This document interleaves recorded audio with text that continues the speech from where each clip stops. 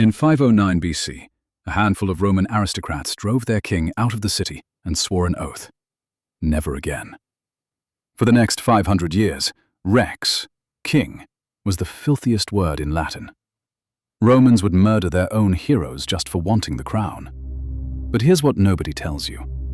Almost everything that made Rome dangerous was built by those kings. The Senate, the army, the census, the sewers, the gods themselves. The Republic didn't invent Rome, it inherited it. This is the 244 years that turned a village of shepherds on a muddy hill into a machine that would eat the world. Start with the date everyone quotes: 753 BC. It's fake. Not a lie, exactly, a calculation. A Roman scholar named Varro worked it out backwards, 7 centuries after the fact. It sounds precise. It's arithmetic, not evidence. Here's what the ground actually says. Post holes on the Palatine Hill. Oval huts, wattle and daub, dating to the 10th century BC. Iron Age farmers. Latins, with Sabines pressing in from the hills. No walls, no temples, no city. Just villages and pigs and smoke. So why did this place become Rome? Look at the river. The Tiber Island sits at the lowest point you can ford the Tiber, the last place you can cross without a boat before the sea. And the salt road, the Via Salaria, runs right through it, carrying salt from the coast up into the Apennines. Rome sat on a crossroads and a choke point. 7 defensible hills over a trade route nobody could avoid. That's not destiny. That's real estate. Now, the legend. And the legend matters, not because it's true, but because it's what Romans believed about themselves. Twin boys, thrown in the river, suckled by a she-wolf. They grow up, they found a city, and Romulus kills Remus over a war. Sit with that. The Romans told their children that their nation was born in fratricide, and that the murder happened over a boundary line. That obsession never left them. The Pomerium, the sacred border of the city, stayed holy for 1,000 years. Then, Romulus does something stranger. He declares Rome an asylum. He opens the gates to exiles, debtors, runaway slaves, criminals, anyone. Rome fills up with the men no other city wanted. That's not a charming origin story. That's the operating system. Rome's superpower, the thing that separates it from Athens, from Sparta, from Carthage, is that Rome makes outsiders into Romans.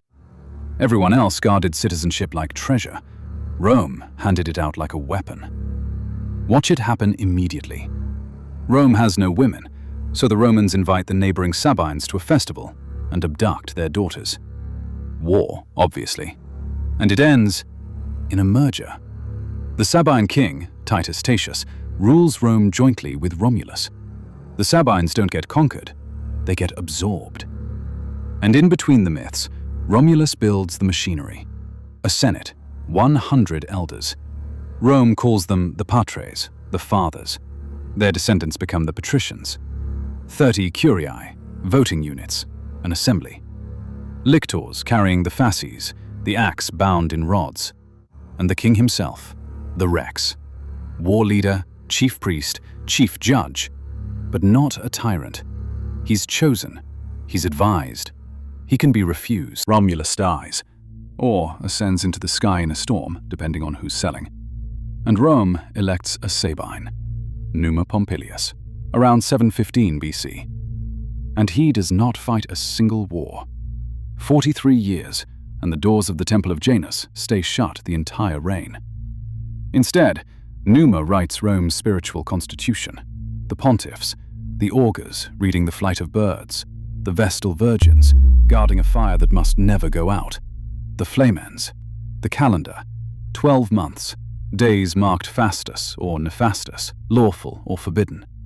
And understand what Roman religion actually is, because it isn't faith, it's procedure, it's contract law.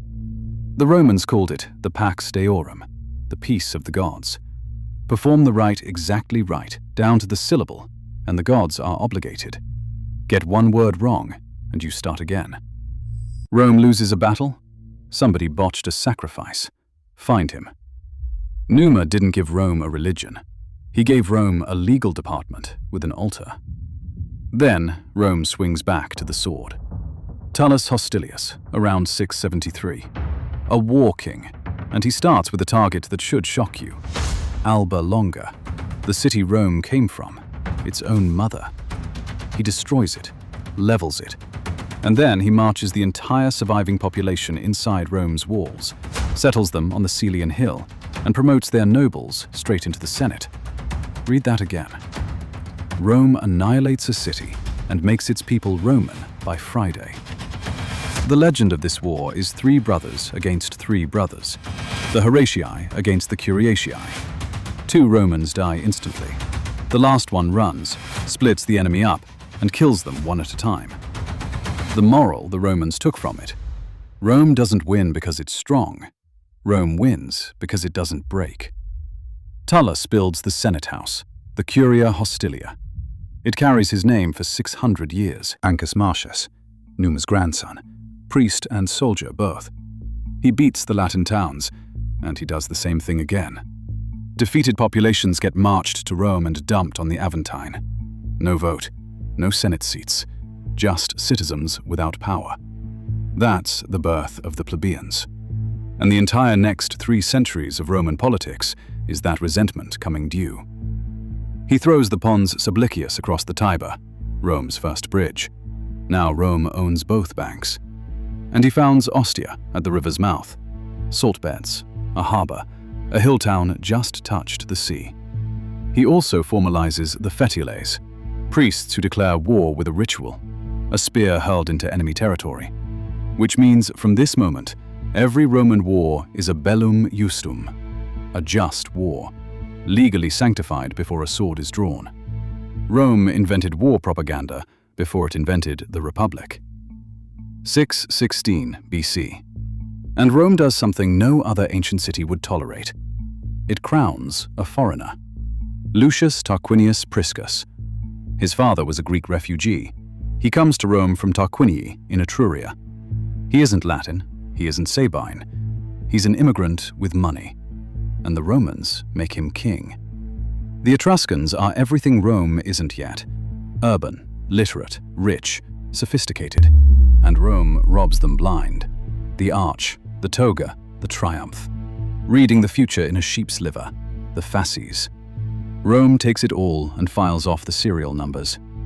Then, Priscus does the single most important thing anyone does in this entire period. He drains the swamp. The valley between the hills is marsh. He cuts a channel through it, the Cloaca Maxima, the Great Sewer, and parts of it still carry water today. The mud dries, the ground hardens, and on it, Rome builds the Forum. That's the moment. That's when a scatter of villages on separate hilltops becomes one city with one heart. He doubles the Senate to 300. He lays out the Circus Maximus. He begins the great temple of Jupiter on the Capitoline. Rome now looks like a capital. Now, the most important king you've never heard of. Servius Tullius, around 578. And the Romans insisted, proudly, that his mother was a slave. Servius counts people. He invents the census. Every citizen registered and, this is the trick, sorted by wealth. He splits Rome into classes, and the classes into voting units called centuries. And then he builds an assembly on top of it, the Comitia Centuriata. Here's how it works. The richest class holds the most centuries. They vote first, and if they agree with each other, the vote is over before the poor are even called. Your money decides your armor. Your armor decides your rank. Your rank decides your vote. It is brutally unequal, and it is the most stable political machine in the ancient world, because every man who owns something is bought into defending it. Then he does one more thing. He reorganizes citizens into tribes based on where they live, not who they're descended from. He cut the power of the clans. He made a Roman's first loyalty the ground under his feet. The Republic's army. The Republic's tax base. The Republic's central voting assembly. All of it is Servius. He's building the Republic. and there's still a king on the throne, and then it all goes wrong. Lucius Tarquinius Superbus, Tarquin the Proud. He takes the throne by having Servius, his own father-in-law, murdered in the street. And he rules like it. No Senate consultation, executions without trial, property seized, rivals disappeared. He's effective, understand. He takes Latin cities, he finishes the Temple of Jupiter. Rome's territory grows. But he rules on fear alone, and fear is alone. 509 BC, the note comes due. His son Sextus rapes a noblewoman named Lucretia, the wife of his own cousin. She summons her father and her husband. She names him. She makes them swear vengeance. And then, in front of them, she drives a knife into her own heart. Lucius Junius Brutus pulls the blade out of her body, holds it up, still wet, and swears on her blood that Rome will never suffer a king again. They carry her corpse into the Forum and show the city what the monarchy has become. Rome rises. The gates close behind Tarquin. He never comes back. And what replaces him is not democracy. It's two consuls, elected for 1 year, each with the absolute power to veto the other. They took the king's power, split it in half, and put it on a 12-month clock. But look at what they kept. The Senate, the assemblies, the priesthoods, the census, the legions, the law. They didn't destroy the monarchy. They cut off its head and kept the body walking. And that word, rex, became a curse so toxic that Rome kept an empty priest called the Rex Sacrorum, the king of sacred rites, forbidden from ever holding office, purely so nobody living could ever be called king again. Tarquin doesn't go quietly. He brings an Etruscan warlord, Lars Porsenna, down on the city. Rome holds, barely, at a bridge. The Republic's first act is to survive. 244 years, 7 kings, most of them half legend, some of them probably 3 men stitched into one. But scrape away the wolf and the twins and the omens, and what's underneath is solid.